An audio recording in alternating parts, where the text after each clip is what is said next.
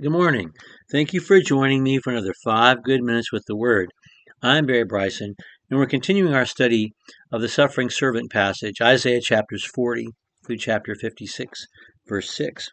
And we're in a section now where God's greatness, His otherness, all those omnis, His omniscience, His omnipotence, His omnipresence are being communicated to us. Now, this longer section follows, as we said last time, these verses earlier in the chapter where God is described as a good shepherd who carries the little lambs in his bosom. And immediately we're told who this person is who's carrying us so tenderly. It is the God who is bigger than the universe.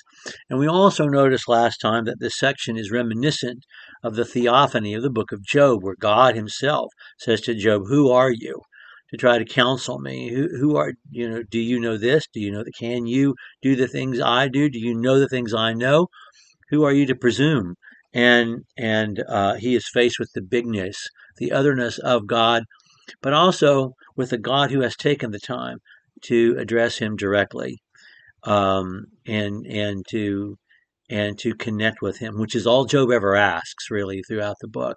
I need you to come and talk to me, and God does. So those two things coexist in Job, and they coexist in this passage as well. And certainly Isaiah knew Job. It was written many years before Isaiah was ever born, and so clearly he has knowledge of that text. Last time, and I'm sorry I failed to mention this last time, he talks about the nations are like a speck of dust. He has no regard for the nations. Now, that's about nations, not about human beings. Individuals, every individual is important to God. God has placed into every individual his own self, and that's why we are a living soul.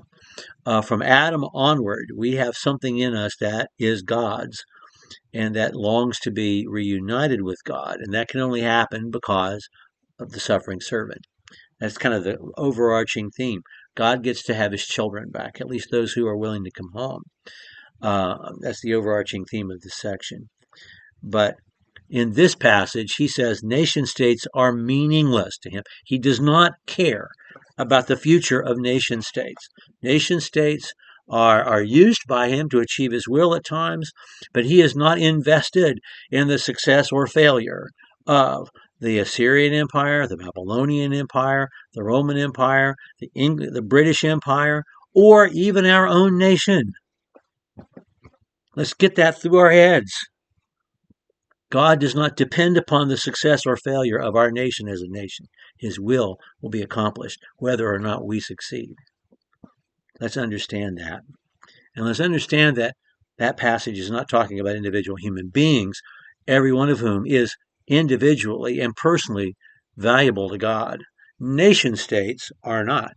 They're things we create ourselves, not something God has made. We're something God has made. Okay, we're going to look today at verses 18 through 20. And he writes, "To whom will you liken God, or what likeness will you compare with him? As for the idol, a craftsman casts it, a goldsmith plates it with gold, and a silversmith fashions chains of silver. He who is too impoverished for such an offering selects a tree that does not rot. He seeks out for himself a skilled craftsman to prepare an idol that will not totter." What is an idol? Well, it's like a nation state.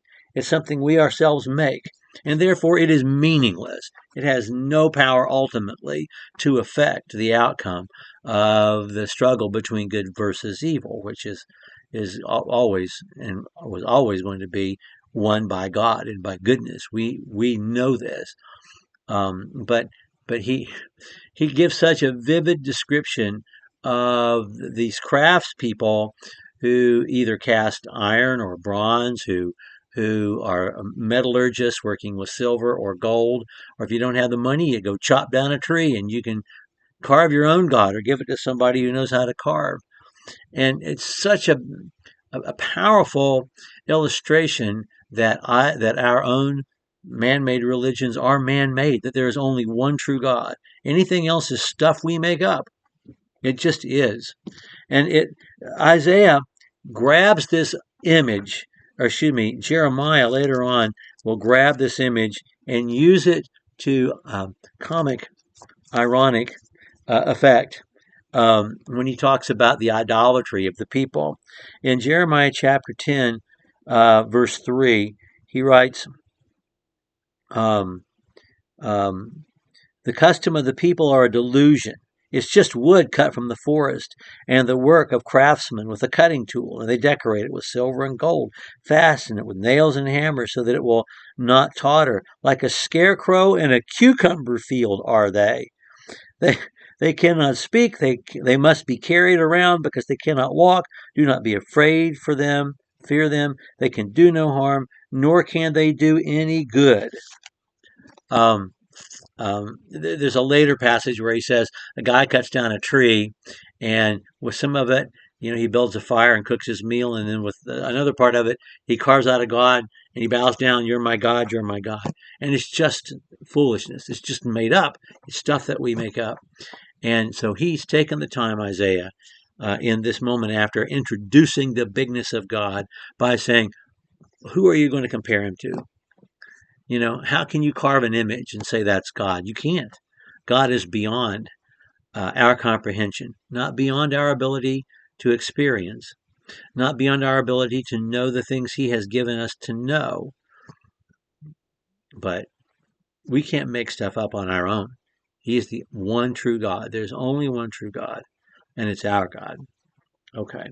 We will pick up with verses 18 through 20 next time. What a wonderful passage that's going to be, because we learn something out. Verses 21 through 26 next time, because we learn something about the universe. It's pretty cool. We'll talk next time. Thank you for joining me.